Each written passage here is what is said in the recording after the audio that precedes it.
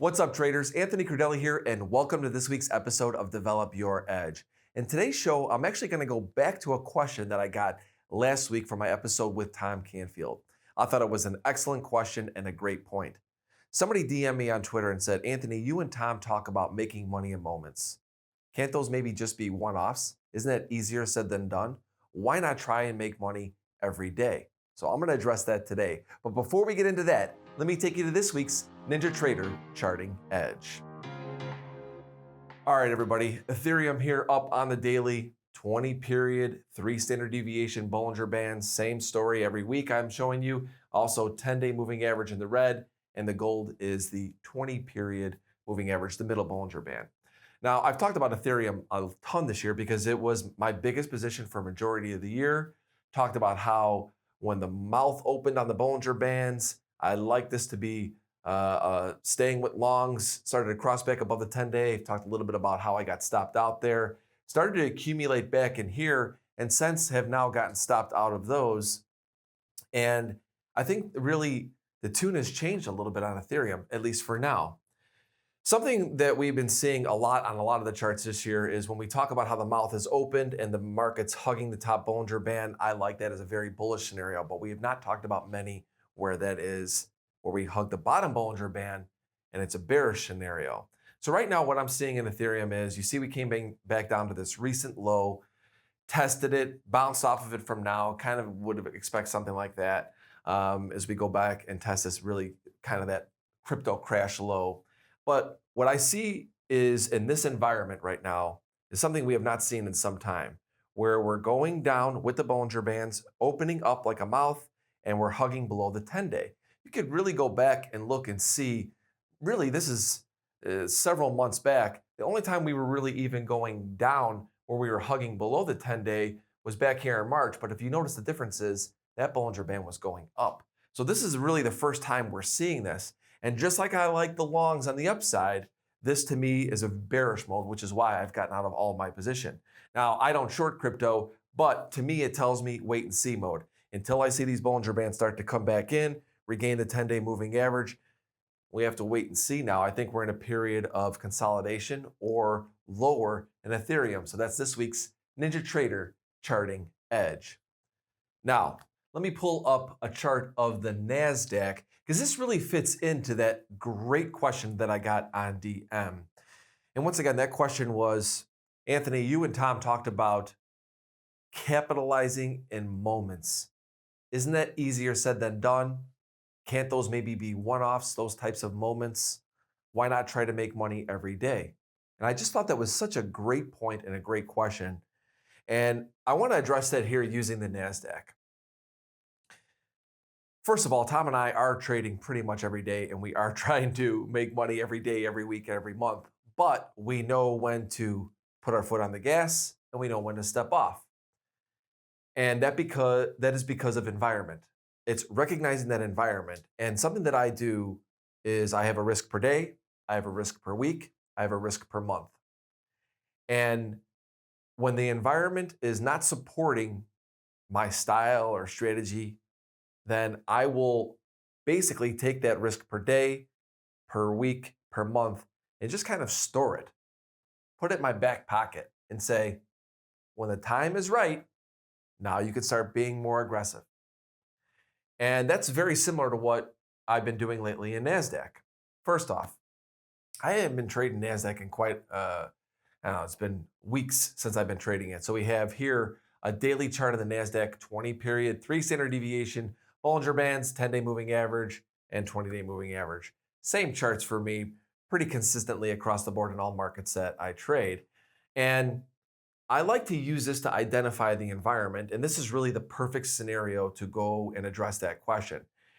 Back here, I was trading NASDAQ long, continuing trying to buy it wherever way I could. Intraday futures, calls, mouth is going up. 10-day moving average is going up. Bollinger Bands are opening. I love this scenario, right? When it started to get choppy in here, started to give some money back, started to get chopped up, take the feedback from the market. Tom and I talked about that last week. And from there, I said, you know what? This environment now is not supporting my type of trading. right? I just didn't know what it was going to do. Bollinger Bands were starting to come back in. I've talked about this so many times. Started to pull back. Really not these days trading more than one side of the market. And I mean, I will trade NASDAQ short. I will trade some markets short. But most of the time, I'm trying to go with the major primary trend, which has been up. And really, there's just not been a ton of clean looks in the NASDAQ to the short side in general. But when we started to get all through here, I just looked at it and said, you know what? I just can't trade this. I have no idea what it's going to do. Maybe if it started to hug this bottom Bollinger Band, maybe we'd look at a short. It didn't happen. I've talked about this a little bit in the past too, just bumpy Bollinger Bands. So this whole time, what am I doing? I'm keeping that extra day risk, week risk, monthly risk in my back pocket saying, you know what? I don't know when this is going to clear up, but when it does and it gets back to the environment that I like, then I'll start trading actively and aggressively in that direction. Here we are, just the past week.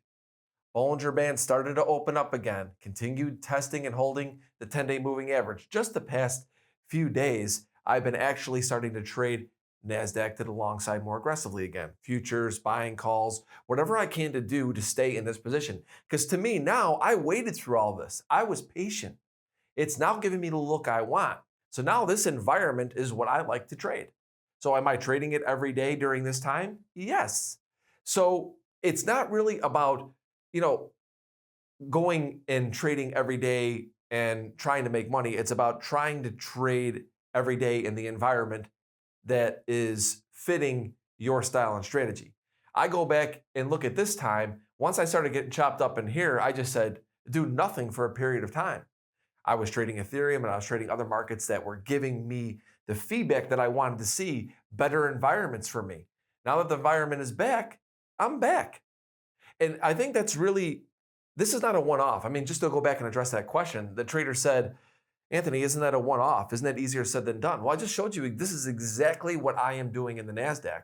And like I said, right now, this may work for a period of time, and then I'll probably get chopped up again and give some money back. That is part of this business. And once that happens, I'm going to go, okay, you've given this amount back. The look has changed. Maybe the Bollinger Bands start to come back in. You know, who knows? Maybe it goes into chop fest again. You address it at the moment. You say, I'm done. I'm going to wait again. I'm going to wait for the environment to suit me again. So it really just comes down to you as the trader finding tools and indicators like I did here to tell you what the environment is. And when you go to trade, the market gives you all the feedback you want. Past couple days trading the NASDAQ, every time I've gotten into the long side, minimum slippage to the downside and started to work my way. Bought some calls, started to work my way. I could feel the feedback from the market agreeing with what I was seeing. So that's when I started to get more aggressive. Back here, when I was getting chopped up and everything I was trying to do wasn't working for me, in, out, then I knew to step back. Respect the feedback, respect the environment. And just because we're not trading every day, I think this is a myth, definitely a myth, that just because we're day traders doesn't mean we have to trade every day. We have to trade every day when the environment suits us. And that's when we become takers of the market. We don't need to trade every day when the environment doesn't suit us. That was such a great question, everybody. Love the questions, love the comments. Keep them coming. Remember, my DMs are open. Hang tight, I'll be right back with my final thoughts. Why did I add futures to my trading strategy? 24/7 access to diverse global markets, like wheat. Can you say growth opportunity? We should probably harvest that.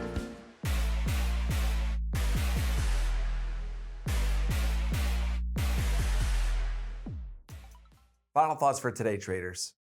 Environment, environment, environment. Whether you're day trading, swing trading, or position trading, if you're confident in your environment, you're going to be confident with your execution.